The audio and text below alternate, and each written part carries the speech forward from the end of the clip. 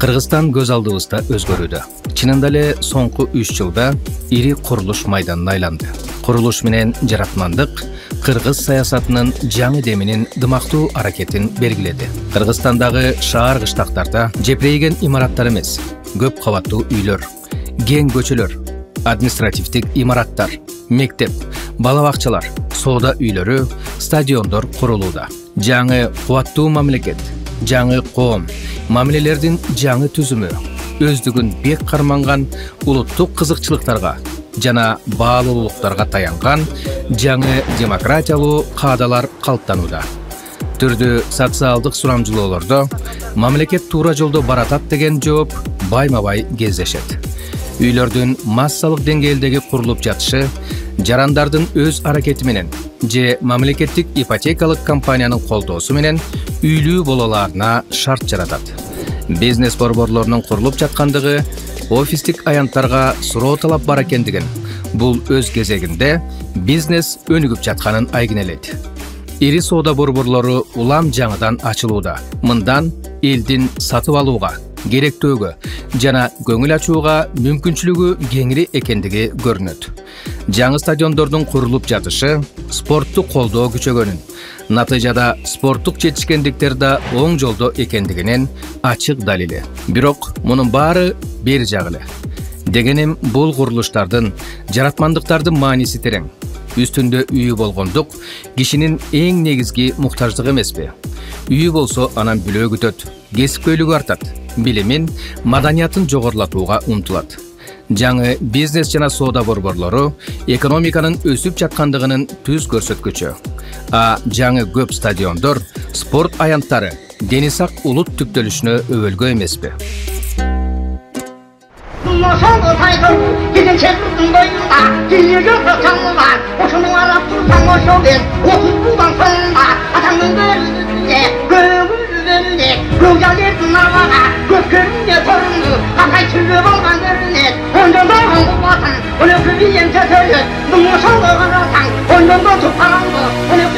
Ал эми Кыргызстандын президентинин жаңы резиденциясы Ынтымак Ордонун курулушу өзгөчө мааниге чоң курулуш болду.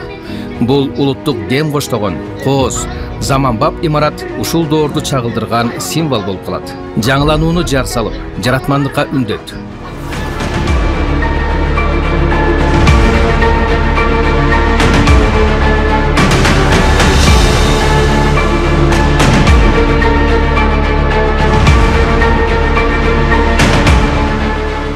Ынтымак Ордо буга чейин чалдыбар абалга келип, көчө иттеринин жана мусаапырлардын уясына айланып калган Ысык көл мейманканасынын ордуна курулду. Өкмөттүк маанидеги чоң жолдун четинде калдайып, кооз көрүнүшкө көрүмсүздүгү коошпой турчу.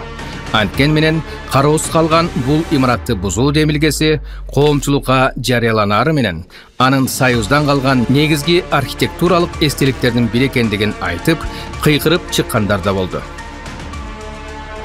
Кеп менимче ошол Ысык көл конок үйүнө караштуу болгон жер жөнүндө. Ал жерде чоң жер бар. Идея кайдан чыкканы дагы бир аз белгилүү. Себеп кезинде 2008-2009 жылдары Кытай инвесторлору менен ошол жерге бир имарат курабыз деген долбоор бар болчу. Ошол долбоорго Акылбек Жапаровдун дагы тиешеси болушу керек. Тарыхый этнографиялык комплекс Манас айылынын айрым бөлүгү кошо бузула турган болгондо да коомчулукта ызы-чуу көтөрүлүп, кыйла талкууга алынды. Чын-чынына келгенде, Ысык көл мейманканасы сындуу Манас айылы да дээрлик 10 жыл ашык каралбай, чалдыбары чыгып, эч ким барбаган шаан сөкөттөн куру калып, көрүмсүз абалга келген эле.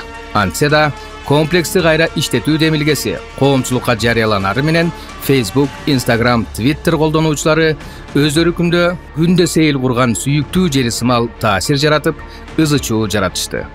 Мындай аракеттерге айласыздан күлөсүң.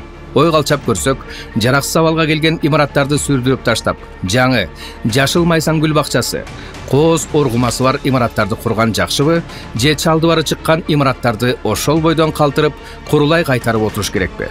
Мунун өзү эски менен жаңынын тиреши эмеспи? Ак каранын, каар менен мээрдин күрөшү эмеспи?